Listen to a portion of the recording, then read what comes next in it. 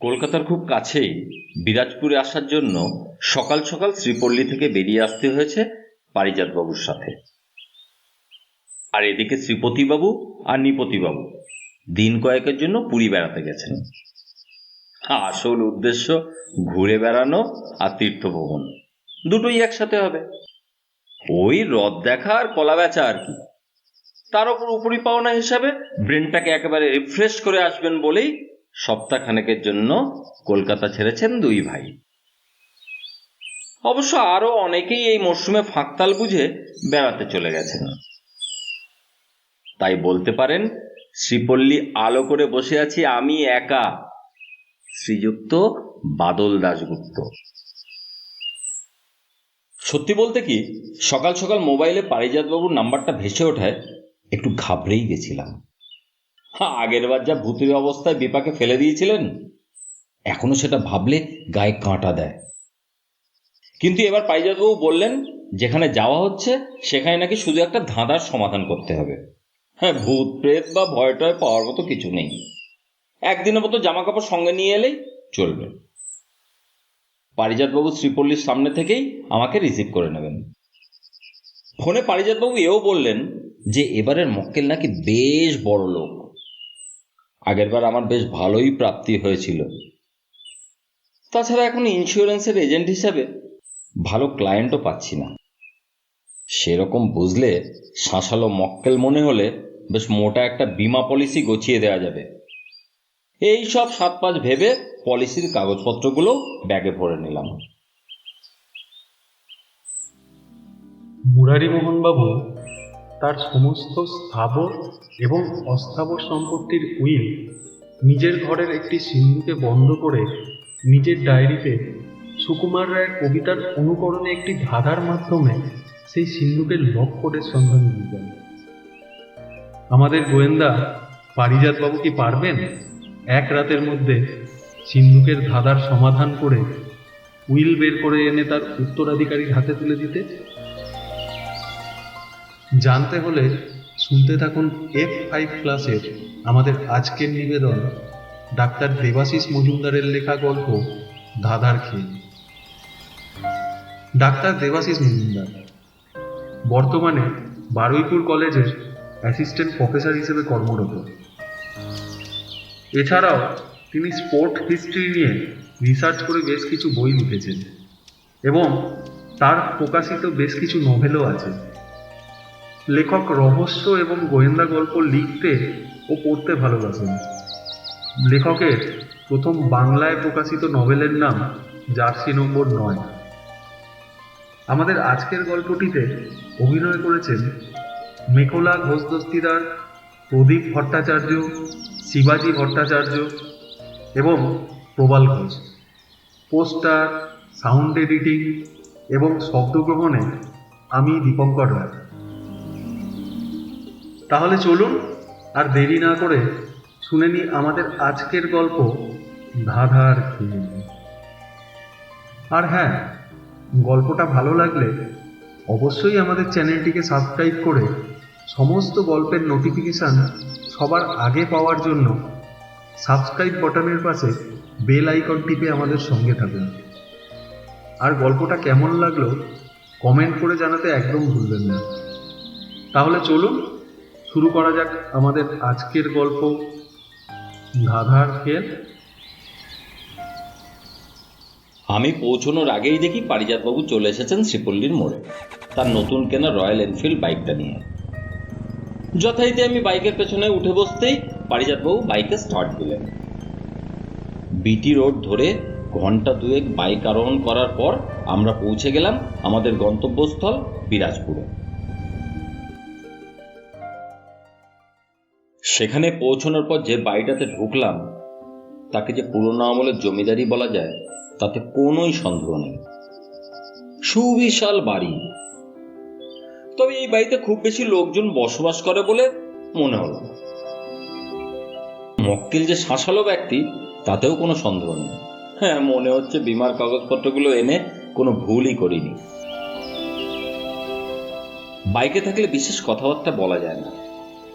শুধু একবার মাঝখানে এক ধাবায় জলযোগ করার সময় পারিজাতবাবু আমাকে জানিয়েছিলেন যে এই মক্কেল একটা সিন্দুকের কম্বিনেশন জানতে চান, যেটা নাকি একটা বিশেষ ধাঁধার মধ্যে লেখা রয়েছে। এর বেশি মক্কেলও পারিজাত বাবুকে বিস্তারিত কিছু জানাননি। একদিনের জন্য তিনি পারিজাত বাবুকে এই বিষয়ে আলোকপাত করার জন্য পরীক্ষা করতে চান। পারলে মোটা অর্থপ্রাপ্তি, না পারলে খালি হাতে ফিরতে হবে। শুধু এটুকুই জানতে পেরেছি যে মক্কেল ভদ্রলোকের নাম ব্রিজমোহন সান্যাল। গাড়ি বারান্দার কাছে ভৃত্যস্থানীয় একজন আমাদের জন্য অপেক্ষা করছিল। পারিজাত বাবুকে সে বাইক রাখার জায়গা দেখিয়ে দিল। পারিজাত বাবু বাইক রেখে ফিরে এলে সেই লোকটি আমাদেরকে ভেতরে বসার ঘরে নিয়ে গিয়ে বসিয়ে বলল, আপনারা বসুন, আমি ছোট বাবুকে খবর দিয়ে আসছি। এখানে বলে রাখা দরকার, বসার ঘরে ঢোকা মাত্রই ভেতরের ঘর থেকে কেমন একটা যেন চেঁচামেচির আওয়াজ পাচ্ছিলাম। মনে হচ্ছিল কোনো পুরুষ মানুষ কাউকে খুব বিচ্ছিরিভাবে বকাঝকা করছেন। একটু পরেই অবশ্য আওয়াজটা থেমে গেল, আর তার কিছু পরেই পাজামা গেঞ্জির ওপর নীল ড্রেসিং গাউন পরা এক মাঝবয়সী ভদ্রলোক এসে ঘরে প্রবেশ করলেন। আমাদের দুজনের দিকে তাকিয়ে একটু অবাক হয়ে খ্যাটখ্যাটে রুক্ষ গলায় বললেন, আপনাদের মধ্যে পারিজাত বসুকে? যথারীতি পারিজাত বাবুও একটা নমস্কার জানিয়ে বললেন, আমি পারিজাত বসু। আপনি বিজয়মোহন সান্যাল? আপনার সাথেই মনে হয় আমার কথা হয়েছিল। ব্রিজমোহন সান্যাল মাথা নেড়ে সম্মতি জানিয়ে আমার দিকে একটা তাচ্ছিল্যের দৃষ্টি দিয়ে পারিজাত বাবুকে প্রশ্ন করলেন, তা এনার পরিচয়? ইনি আমার বিশেষ বন্ধু বাদল দাশগুপ্ত। বিভিন্ন সময় আমাকে কাজে সাহায্য করে থাকেন। বিশেষ করে এই ধাঁধা সমাধানের সময় একজন কেউ সাথে থাকলে তো বেশ সুবিধা হয়। ব্রিজমোহন সান্যাল নিজে একটা সোফায় বসতে বসতে বললেন, কেন, আপনার একার পক্ষে কি ধাঁধা সমাধান সম্ভব নয়? বারোজনকে ব্যাপারটা চাউর না করলে নয়।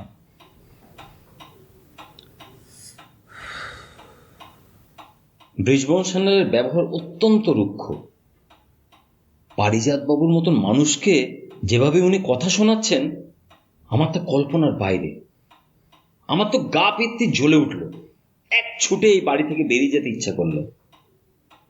পারিজাত বাবু দেখলাম শান্তভাবে আগের মতোই সোফায় বসে খুব ঠান্ডা গলায় ব্রিজমোহন বাবুকে বললেন, বাদলবাবু অত্যন্ত বিশ্বস্ত। এসব ক্ষেত্রে আমরা এমন কাউকেই সঙ্গে রাখি যিনি বিশ্বস্ত এবং কাজে আসতে পারেন। তবে তাও যদি আপনার আপত্তি থাকে তাহলে আমার কিছু বলার নেই। আমরা এখনই চলে যাচ্ছি। ব্রিজমোহন সান্যাল কিছু একটা ভাবলেন, তারপর বললেন, ঠিক আছে, যে গেলে পড়েছি, সময় নষ্ট করার সময় আর নেই আমার। আপনি আজ রাতটা চেষ্টা করুন, কাল সকালের মধ্যে ধাঁধার সমাধান না করতে পারলে কিন্তু খালি হাতেই বিদায় হতে হবে। অত্যন্ত কর্কশ কথাবার্তা ভদ্রলোকের। এরই মাঝে চা বিস্কুটের প্লেট নিয়ে একজন ভদ্রমহিলা ঘরে ঢুকলেন। তাকে দেখেই ব্রিজমোহন সান্যাল একেবারে খেঁকিয়ে উঠলেন। সব কাজ এত সময় লাগে কেন তোমাদের? কি করো? ভদ্রমহিলা কোনো উত্তর দিলেন না। মাথা নিচু করে চায়ের কাপ প্লেট শুদ্ধ ট্রে রেখে আবার ভেতরে চলে গেলেন। ভদ্রমহিলা সেই অত সুন্দরী নন, কিন্তু চেহারায় একটা মিষ্টতা আছে। ভদ্রমহিলার চোখের কোণে মনে হলো একটু জলের আভাও দেখলাম। মুখটা যেন বেশ হতাশাগ্রস্ত। চেহারা সাজ পোশাক দেখে মনে হচ্ছে ইনি এই খেকুরে ব্রিজমোহন সান্যালের স্ত্রী হতে পারেন। এই রকম কর্কর মানুষের বউ হলে দুঃখের যে আর শেষ থাকে না, সেটা আলাদা করে বলে দিতে হয় না। আচ্ছা, এনাকেই কি ভেতরে বকাঝকা করছিলেন ব্রিজমোহন বাবু? সেটা অবশ্য অস্বাভাবিক কিছু নয়। ইতিমধ্যে ব্রিজমোহন সান্যাল সোফা ছেড়ে উঠে গিয়ে ঘরের একপাশে রাখা টেবিলের ড্রয়ার থেকে একটা খাতা বের করে এনে তার একটা পৃষ্ঠা খুলে পারিজাত বাবুর দিকে এগিয়ে দিয়ে বললেন, এই খাতাটা দেখুন, ঠিক এই জায়গাটা। এটা আমার বাবা মুরারি মোহন সান্যালের ব্যক্তিগত খাতা, আর আমি চাই না আপনারা সেটা পুরোটা দেখুন। আশা করছি বুঝতে পারলেন। পারিজাতবাবু খাতাটা নিলেন। আমিও বিস্কুট মুখে পড়ে প্রায় পারিজাতবাবুর গায়ের ওপর ঝুঁকে পড়ে খাতাটা দেখতে লাগলাম। খাতাটাতে একটা পদ্মের কাদায় একটা ধাঁধা লেখা আছে। মারাদোনার গোল, হাতের নতুন বল, তারপরেতেই ভেলকি, বাঁ পায়ে ম্যাজিকের ফুলকি, সেই বিশ্বকাপ, তাতে মারাদোনার ছাপ।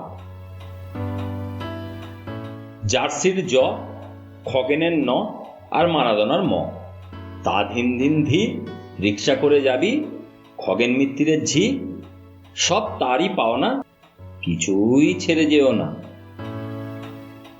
ঘনিয়ে এলো ঘুমের ঘোর, গানের পালা সাঙ্গ মোর, 9 দিন পরে উঠল বল, এলো এবার আবল তাবল। বিষয়টা আমার একেবারেই মাথার উপর দিয়ে গেল। পারিজাতবাবু তার মোবাইলে ধাঁধাটার ছবি তুলে রেখে খাতাটা বৃজমোহনবাবুকে ফেরত দিয়ে দিলেন। খাতাটা হাতে নিয়ে সেটাকে যথাস্থানে রেখে বৃজমোহন সান্যাল ড্রয়ারে এবারে চাবি দিয়ে বন্ধ করে দিলেন। আমাদের কাছে এসে বললেন, চলুন এবার সিন্দুকটা দেখাই। বৃজমোহনবাবুর পিছন পিছন পারিজাতবাবু আর আমি একটা পাশের ঘরে গিয়ে ঢুকলাম। এই ঘরটা কিছুটা লাইব্রেরি গোছের। ঘরের চারিদিকে দেওয়ালে পৃথিবীর প্রথিতযশা বেশ কিছু ফুটবলারের ছবি। পেলে, মুলার, বেকেনবাওয়ার থেকে শুরু করে রোমারিও প্রমুখের ছবি আছে। তবে ঘরের প্রায় সিংহভাগ জুড়ে আছে মারাদোনার ছবি। সারা দেওয়াল জুড়ে বিভিন্ন কায়দায় বল নিয়ে, বল ছাড়াও বিভিন্ন এক্সপ্রেশনের মারাদোনার ছবি। চারদিকে দেওয়ালে অনেকগুলি আলমারি, আর প্রতিটা আলমারি বইতে ঠাসা। ঘরটা বেশ বড়। তার মধ্যে প্রায় গোটা 10 বইয়ের আলমারি, তাতে বিভিন্ন বিষয়ের বই।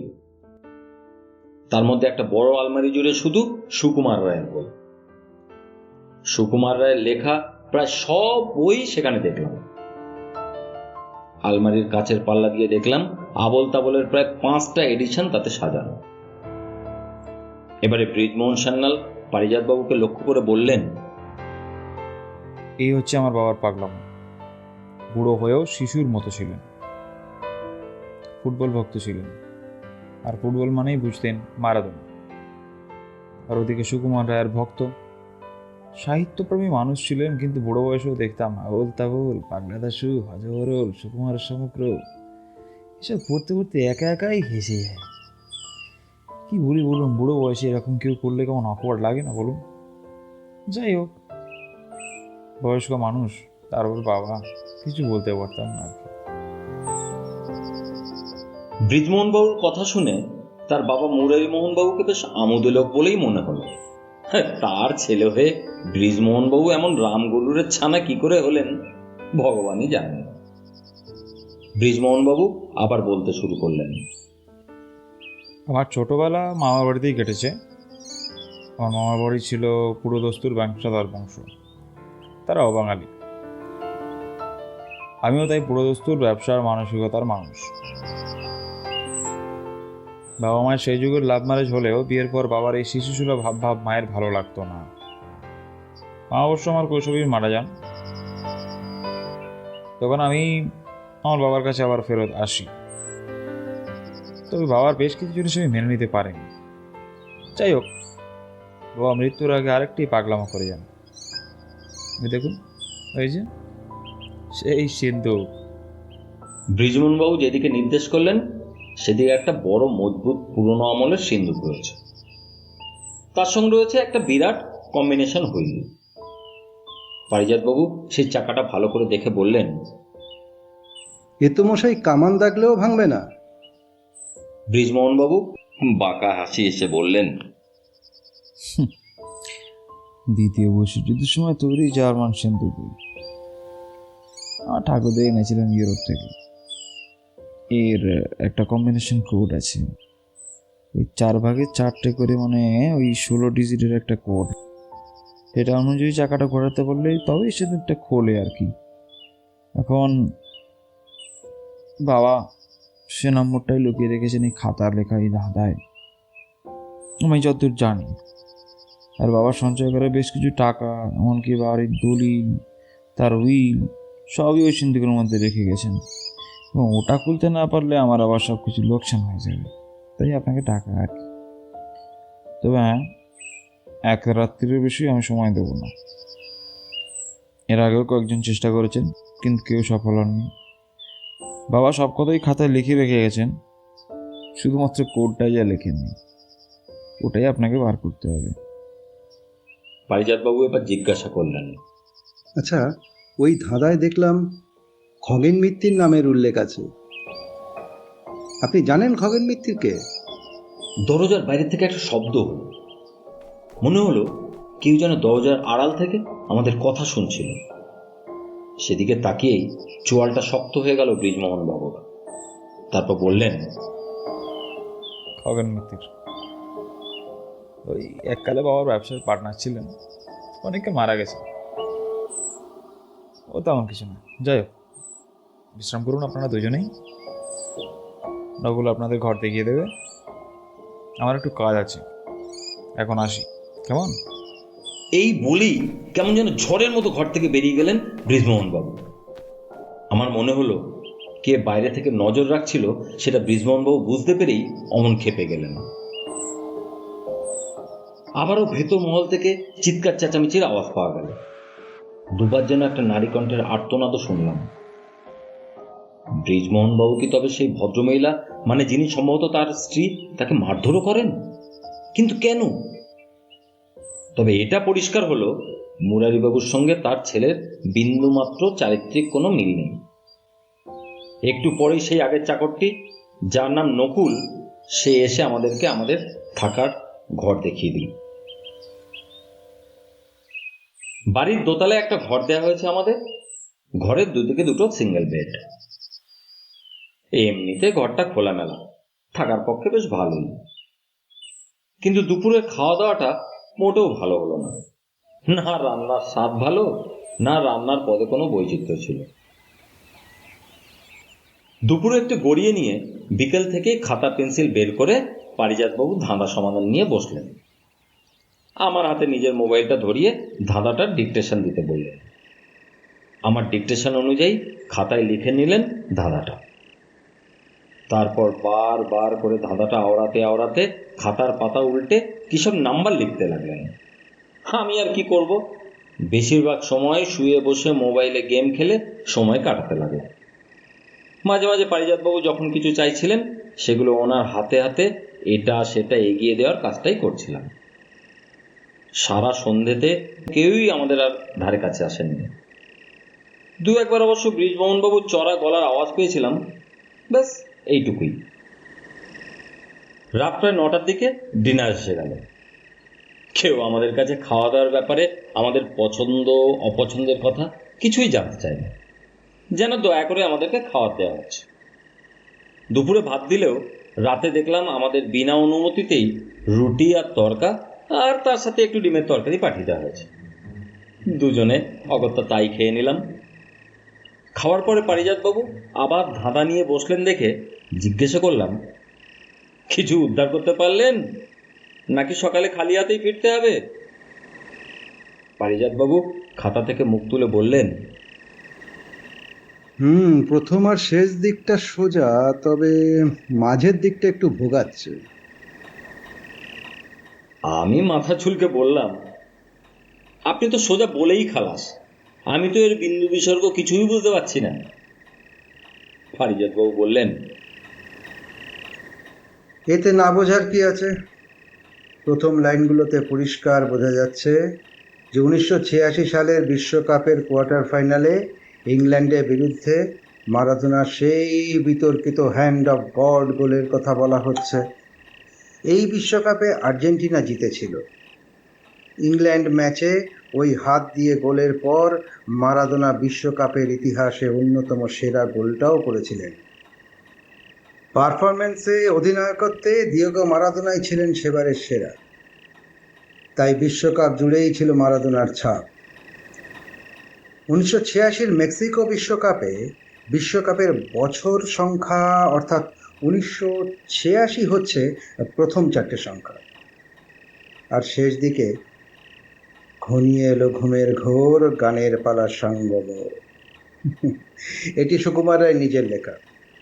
এখানে সুকুমার রায়ের মৃত্যুর তারিখের কথা বলা হচ্ছে, অর্থাৎ 10ই সেপ্টেম্বর 1923। আর এই তারিখের ঠিক 9 দিন পর অর্থাৎ 19শে সেপ্টেম্বর 1923 তারিখে তার লেখা Abol Tabol you Roy and sons থেকে প্রথম প্রকাশ পায়। তাহলে শেষ 8টা সংখ্যা দুভাগে হবে।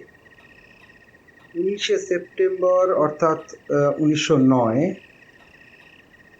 এখানে 4 সংখ্যা দরকার বলে নবম মাসকে শুধু 9 না বলে 09 হিসেবে অর্থাৎ 09 হিসেবে ধরতে হবে। আর সুকুমার রায়ের মৃত্যুর সালের 4টে সংখ্যা অর্থাৎ 1923 অর্থাৎ 1909 আর 1923, বুঝলেন? আমি তো কিছুক্ষণ হাঁ করে থাকলাম, মনে মনে পারিজাতবাবুর বুদ্ধির তারিফ না করে পারলাম না। তারপর বললাম, এই যে জার্সির জ, এই ব্যাপারটা ঠিক কি? পারিজাতবাবু হেসে বললেন, শব্দ থেকে কোন কোন অক্ষর ধরতে হবে সেটা বলা হয়েছে। স্টাইলটা অবশ্য হজবরল থেকে নেওয়া। জার্সির জ, খগেনের ন আর মারাদোনার ম নিয়ে পরপর সাজান, তৈরি হচ্ছে জনম অর্থাৎ জন্ম। এবার তার নিচের 3টে লাইনের প্রথম শব্দগুলির প্রথম অক্ষর নেই, অর্থাৎ তা, রি এবং খ হলো তারিখ অর্থাৎ জন্ম তারিখ। কিন্তু কার জন্ম তারিখ?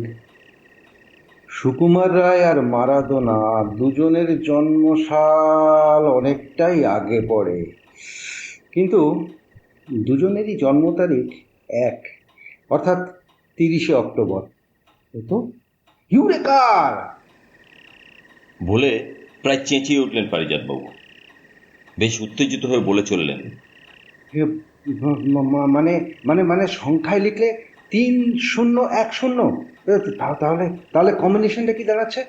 1986, 3010, 1909 আর 1923। আমি হাততালি দিয়ে বলে উঠলাম, তাহলে তো মশাই কেল্লা ফতে। এখনো তো খুব বেশি রাত হয়নি। এখনই চলুন ব্রিজমোহনবাবুকে কম্বিনেশনটা বলে দিয়ে ওনার কাছ থেকে মোটা দক্ষিণাটা নিয়ে সকাল সকাল কেটে পড়ি। এদের রান্নাবান্না বড্ড খারাপ। পারিজাতবাবু খাতাটা ছেড়ে নিজের শরীরটাকে বিছানায় এলিয়ে দিয়ে বললেন, কিন্তু এই খগেন মিত্তির বিষয়টা ভীষণ ভাবাচ্ছে। ইনি ঠিক কে? কাকে কিছু ছেড়ে যেতে মানা করা হচ্ছে? আমি এবার একটু ঝাঁঝিয়েই বললাম, আরে আপনার অত শত চিন্তার কি প্রয়োজন মশাই? কাজ হয়ে গেছে, মাল করি বুঝে নিয়ে কেটে পড়লেই হলো।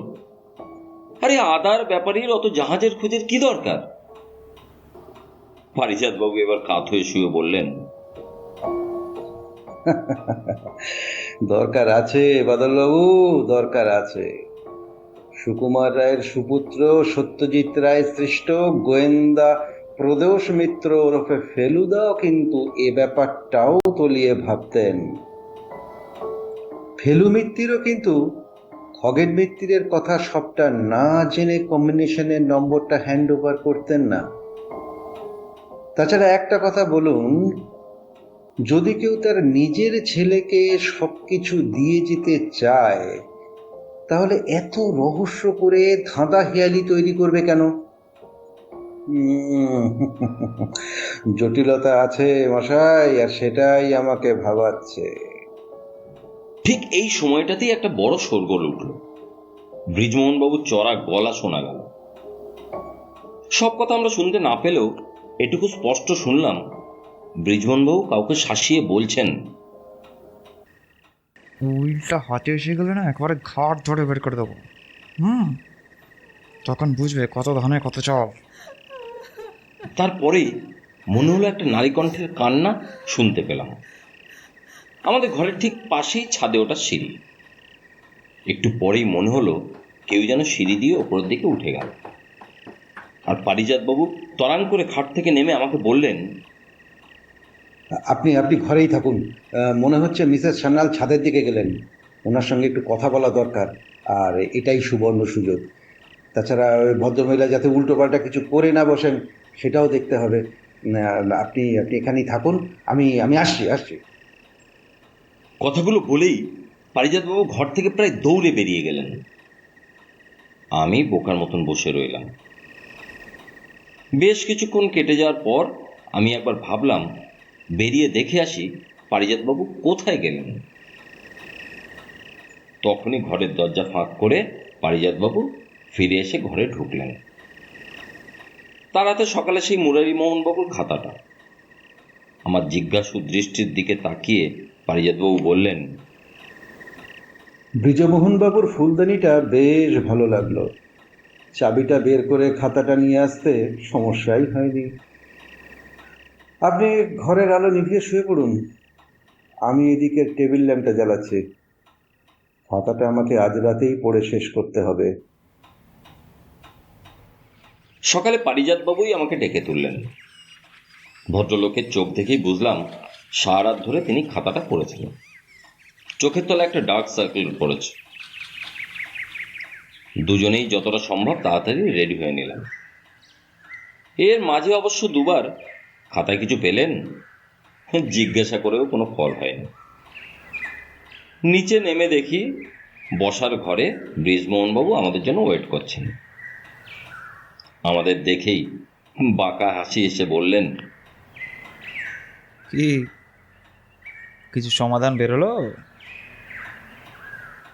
পারিজাতবাবু শান্ত স্বরে বললেন, বেরিয়েছে, তবে আগে আপনার স্ত্রীকে ডাকুন। যা বলার ওনার সামনেই বলবো। ওকে আবার কি দরকার? আপনাকে ডেকেছি আমি, যা বলার আমাকে বলুন। বেশ গলা চড়িয়েই বললেন ব্রিজমোহনবাবু।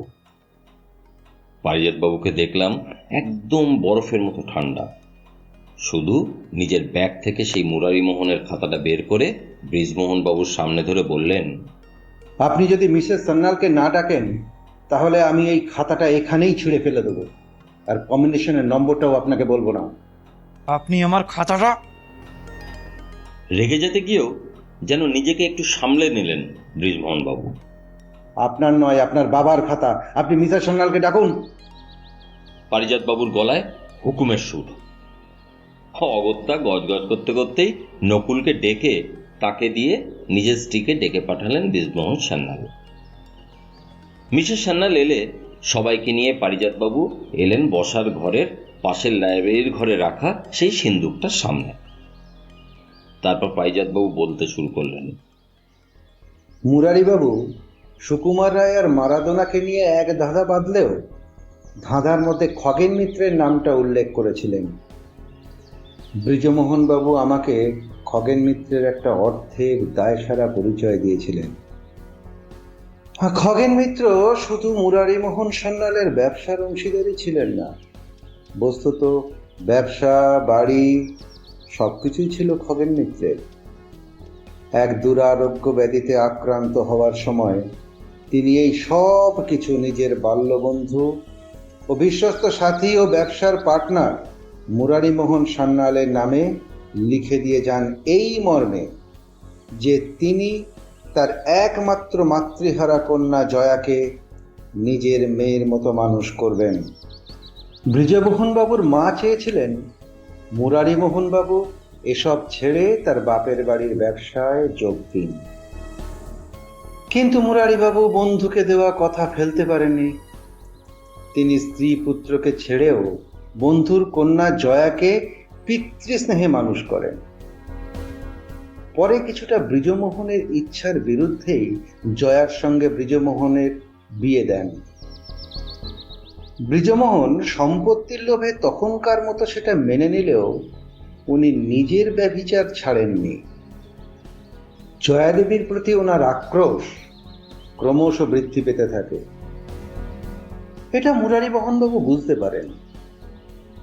তাই তিনি জয়াদেবীকে সুরক্ষিত করবার জন্য তার উইল, যেখানে তিনি জয়াদেবীকে সব সম্পত্তি ফিরিয়ে দিয়ে গেছেন এবং বাড়ির দলিল ও আরো নানা জিনিস এই সিন্ধুকে রেখে একটা ধাঁধা তৈরি করে রেখে যান।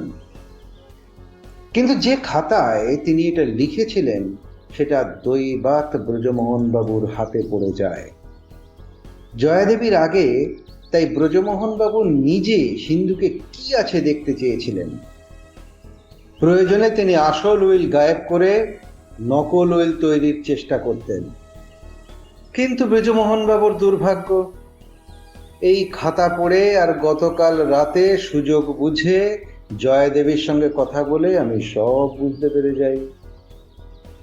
ব্রিজমোহনবাবু কিছু একটা বলতে যাচ্ছিলেন, কিন্তু তাকে থামিয়ে দিয়ে 1, 9, 8, 6, 3, 0, 1, 0, 1, 9, 0, 9, 1, 9, 2, 3 মানে 1986, 3010, 1909, 1923 নম্বরে 4 ভাগে হাতল ঘুরিয়ে পারিজাতবাবু সিন্দুকটা খুলে ফেললেন। তারপর টাকা গয়না সব ছেড়ে সিন্দুক থেকে 2টো দলিলের কাগজ বের করে মিসেস জয়া সান্যালের হাতে দিয়ে বললেন, আপনার শ্বশুর মশাই সব কিছু আপনাকেই দিয়ে গেছেন। আপনি এগুলো পড়লেই বুঝতে পারবেন আমার কথা মিথ্যে নয়। আর এগুলো সব আপনার বাবা খগেন মিত্তিরের সম্পত্তি। আপনার শ্বশুর মশাই আপনার ন্যায্য পাওনা ফিরিয়ে দিয়েছেন। আপনি চাইলে আপনার স্বামীকে বাড়ি থেকে বের করে দিতেও পারেন।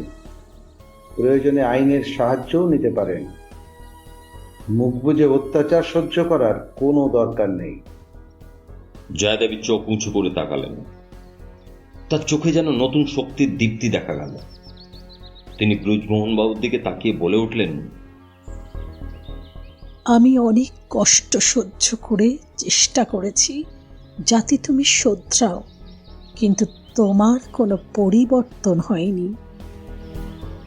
এর পরেও যদি তুমি না ভালো হও তাহলে আমি কিন্তু অন্য ব্যবস্থা নেব। পারিজাতবাবু জয়াদেবীকে নিজের কার্ড দিয়ে জানালেন যে কোনো সমস্যায় জয়াদেবী তার কাছে সাহায্য চাইতে পারেন। আমরা চলেই আসছিলাম। তখন জয়াদেবী পারিজাতবাবুকে তার প্রাপ্য পারিশ্রমিক ওই সিন্দুকের টাকা থেকে একেবারে নগদ অর্থেই দিলেন। এই প্রথম দেখলাম নিয়ম ভঙ্গ করে পারিজাতবাবু চেকে নয়, ক্যাশে নিজের পারিশ্রমিক নিলেন। এতে অবশ্য আমার সুবিধাই হলো, আমিও নগদ নারায়ণেই আমার ভাগ পেয়ে গেলাম। যখন বাড়ি ছেড়ে বেরিয়ে আসছি তখন একবার ব্রিজমোহনবাবুর মুখের দিকে তাকালাম। মারাদোনার গোলের পর বিপক্ষ গোলকিপারের মুখ যেমন দেখাতো, ব্রিজমোহনবাবুর মুখটাও অনেকটা সেরকমই হুকো মুকো হ্যাংলার মতোই দেখাচ্ছিল।